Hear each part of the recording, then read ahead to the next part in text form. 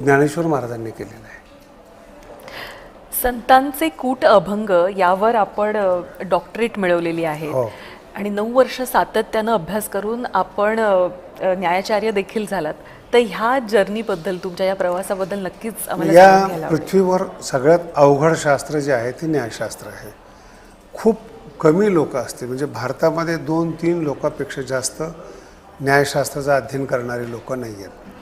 पण मुळात बुद्धी जी आहे ती तर्कशील व्हावी याची मेहनत न्यायशास्त्र घेतलं जातं. तुम्ही माझ्याशी बोलताय ते व्याकरण आहे आणि तुम्ही विचार करून बोलताय ते न्यायशास्त्र आहे.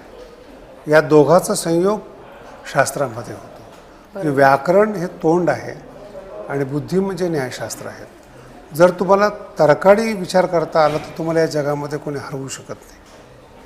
ते तर्क कसे करायचे त्याचं भारताचं आद्यशास्त्र म्हणजे न्यायशास्त्र आहे आणि तर्क हा त्यांचा आत्मा आहे.